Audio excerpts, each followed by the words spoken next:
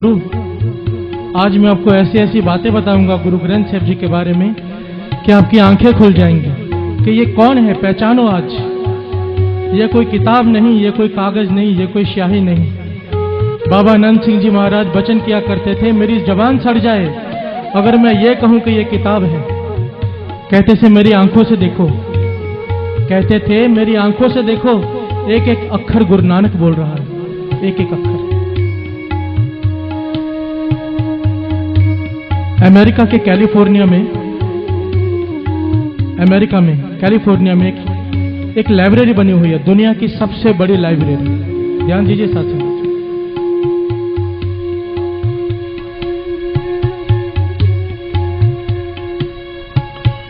दुनिया की सबसे बड़ी लाइब्रेरी है। इतनी बड़ी कि अंदर छोटी छोटी गाड़ियां चलती हैं, जो गोल्फ कोर्स में चलती है ना गाड़ियां, लोग उसमें चलते हैं क्योंकि इतनी बड़ी लाइब्रेरी है।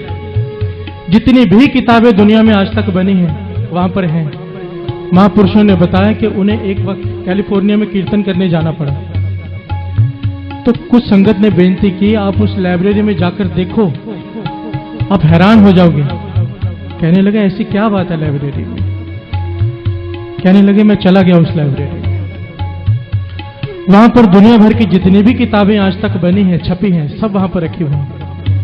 और किताबों के हिसाब से जितनी कीमती कोई किताब है उसको उस फ्लोर पर रखा गया है। नीचे आम किताबें, फिर स्कूल की किताबें, फिर महापुरुषों की लिखी हुई किताबें, फिर दुनिया के धर्म ग्रंथ, और सबसे टॉप फ्लोर में श्री गुरु ग्रंथ साहिब जी का प्रकाश है पलंग के ऊपर साथ। कहने लगा मैं हैरान हो गया कि ये तो क्रिश्चियन लोग हैं, अंग्रेज लोग, इनको तो बाइबल को सबसे ऊपर रखना चाहिए था।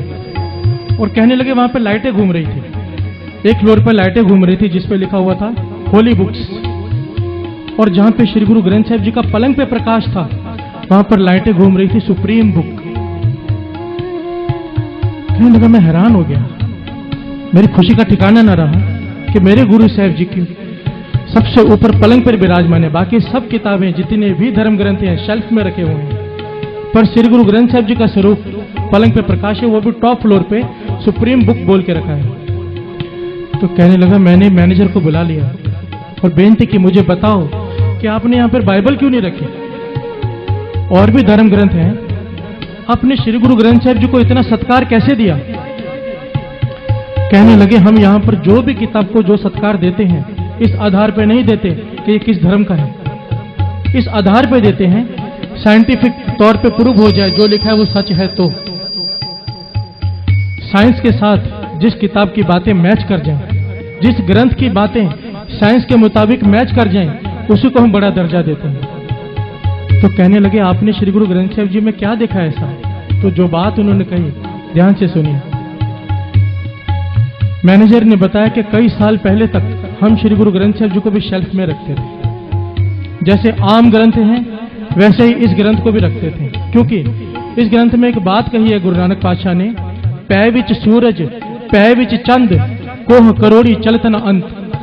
ध्यान दीजिए, पै विच सूरज पै विच चंद कोह करोड़ी चलत न अंत। इसका भाव है कि जो सूरज है वह भी चल रहा है उसके हुक्म में।